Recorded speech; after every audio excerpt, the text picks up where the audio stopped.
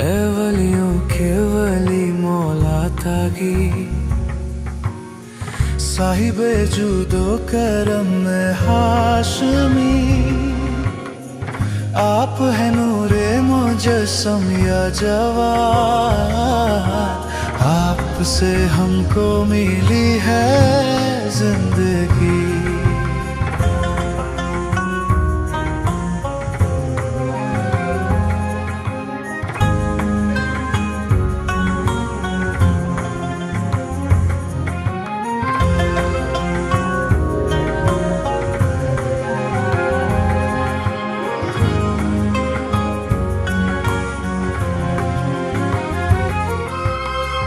آپ ہیں یا زکریا کا حشم،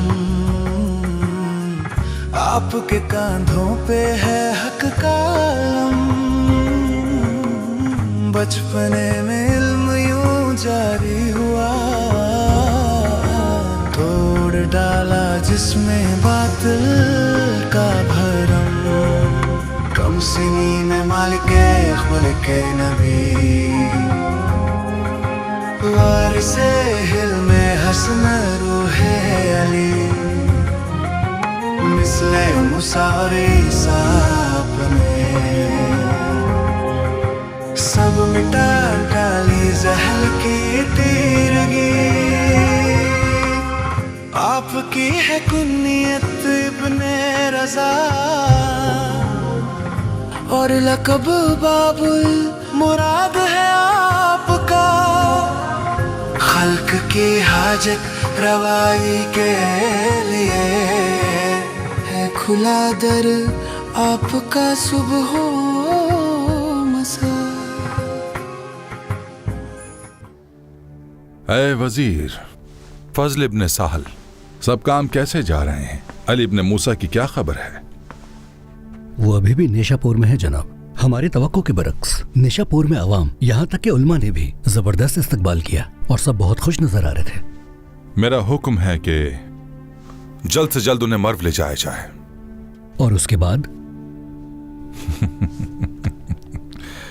آگے ہمیں سخت مسائل کا سامنا ہے ابن سہل، اربوں عباسیوں کو ورغلایا جائے۔ ان سے ہم نے بہت زخم کھائے جناب علی، وہ دوبارہ سر اٹھانے لگے ہیں، جلدی کچھ کرنا ہوگا ان کا۔ تم اپنے بھائی کو خط لکھو اور کہو کہ عراق میں جن علویوں کو اسیر کیا ہے انہیں مرو بھیج دیں، اور خلافت منتقل ہونے کے ان ایام میں بغداد کے عباسیوں سے ہوشیار رہے۔ جو آپ کا حکم جناب علی۔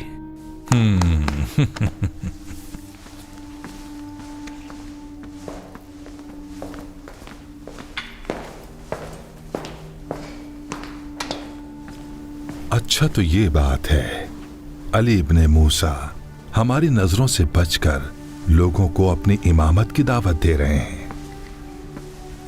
ہم ان کو خلافت میں اپنا شریک بنائیں گے تاکہ وہ لوگوں کو ہماری خلافت کے لیے آمادہ کریں اور ہماری خلافت کا اعتراف کریں۔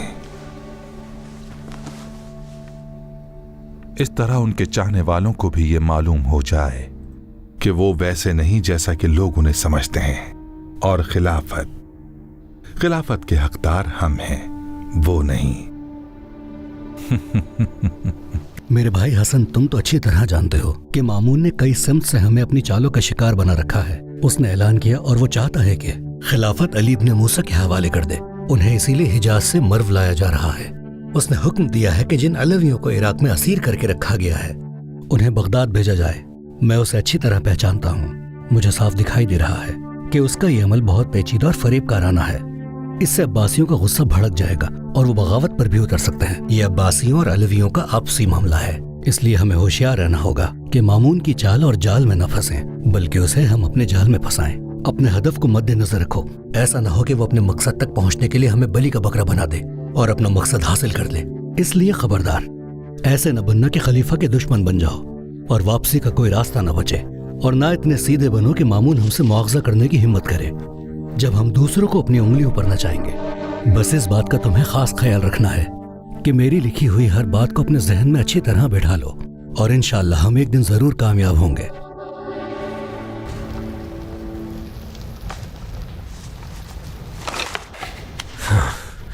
عجیب دیوانہ شخص ہے یہ نیا خلیفہ، جیسے اسے آگ سے کھیلنے کا شوق ہو۔ مشکل سے عراق کا ماحول ٹھیک ہوا ہے، اب یہ دوبارہ بگاڑنا چاہتا ہے۔ علویوں کی بغاوت میں قریب تھا کہ میں اپنی جان سے ہاتھ دھو بیٹھتا۔ کتنے لوگوں کو تحت دیخ کیا گیا، واقعی بڑی حیرت کی بات ہے۔ پھر سے وہی سب کچھ کیوں کرنا چاہتا ہے؟ خدا نہ کرے اگر عباسی دوبارہ بغاوت پر اتر آئے تو اس 1000 رنگوں والے اس بغداد کا کیا ہوگا؟ نہیں معلوم یہ کیسی مصیبت آن پڑی ہے۔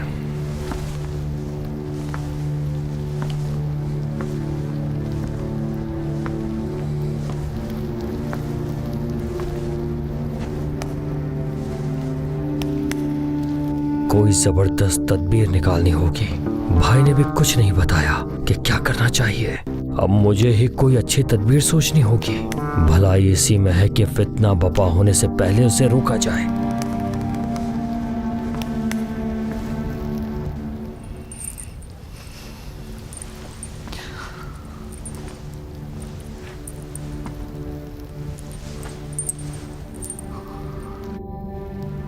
کتنے منحوس ہے میرے لیے دن کہ اپنے ناکام بیٹے کے سوگ میں بیٹھی ہوں، جسے ابن مراجل کے حکم پر نہ جانے کتنے بار کر کے خنجر سے مارا گیا۔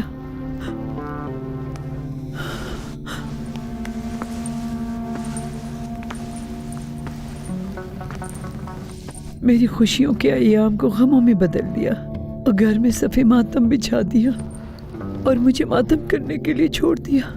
میں تو بس ایک چلتے پھرتی لاش کی طرح بن کے رہ گئی ہوں۔ کاش جسم بھی مر گیا ہوتا۔ یہ زندگی جو مسلسل زخم کھلائی جا رہی ہے، آتش غم میں جل رہی ہے اور پرسوز آہوں میں بدل گئی ہے۔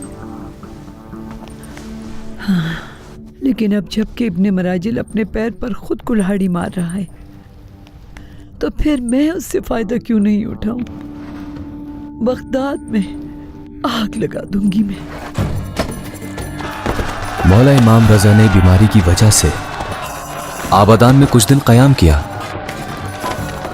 اس کے بعد بے بیان سے ہوتے ہوئے طبس اور پھر وہاں سے نیشا پور پہنچے۔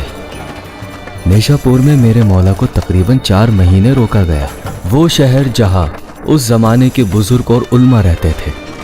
ان ایام میں علماء اور عوام امام کی شخصیت سے کافی متاثر ہوئی اور آہستہ آہستہ امام کی قیام گاہ سماج کے مختلف طبقات کے لیے آواز گاہ بن گئی، خاص کر جب انہوں نے امام کی کرامات کو دیکھا۔ جس وقت امام نیشا پور سے نکل رہے تھے، زراں رازی، محمد ابن اسلم توسی، اسحاق ابن راہوی جیسے شہر کے بزرگ علماء نے امام سے ایک حدیث سنانے کا تقاضا کیا۔ امام نے فرمایا، میرے والد موسیٰ کاظم نے اپنے والد جعفر صادق، انہوں نے اپنے والد محمد باقر، انہوں نے اپنے والد زین العابدین، انہوں نے اپنے والد حسین شہید کربلا، انہوں نے اپنے والد علی ابن ابی طالب، اور انہوں نے رسول خدا سے نقل کیا ہے کہ خداوند متعال فرماتا ہے، کلمہ لا الہ الا اللہ میرا قلعہ ہے، جو بھی اس کا اقرار کرے وہ میرے قلعہ میں داخل ہو گیا، اور جو بھی اس قلعہ میں آ گیا جہنم سے امان میں ہے۔ پھر امام نے فرمایا، قلعہ میں داخل ہونے کی کچھ شرطیں ہیں اور میں ان میں سے ایک ہوں۔ کیا خبر ہے رجا؟ علی ابن موسیٰ کے بارے میں کچھ بتاؤ۔ میں نے کچھ حیرت انگیز چیزیں دیکھی۔ کھانے کے لیے دسترخوان بچھایا جاتا تو سب آ کر بیٹھ جاتے، بزرگ و شرفا بھی، خادم و ماتحت بھی۔ میں نے ان سے کہا، سب ایک دسترخوان پر؟ انہوں نے فرمایا، ابن ضحاک، ماں ایک ہے، باپ ایک ہے، خدا بھی ایک ہے، اور کسی عربی کو اجمی پر برتری نہیں ہے سوائے تقویٰ کے۔ اور کیا دیکھا بتاؤ۔ ایک بار ہم بیابان میں تھے، نماز کا وقت آ پہنچا۔ میں نے ان سے کہا، ہمارے پاس پانی نہیں ہے اور نماز کا وقت ہو گیا ہے، مولا پانی نہیں ہے۔ انہوں نے ایک چٹان پر ہاتھ پھیرا، اس سے پانی ابلنے لگا۔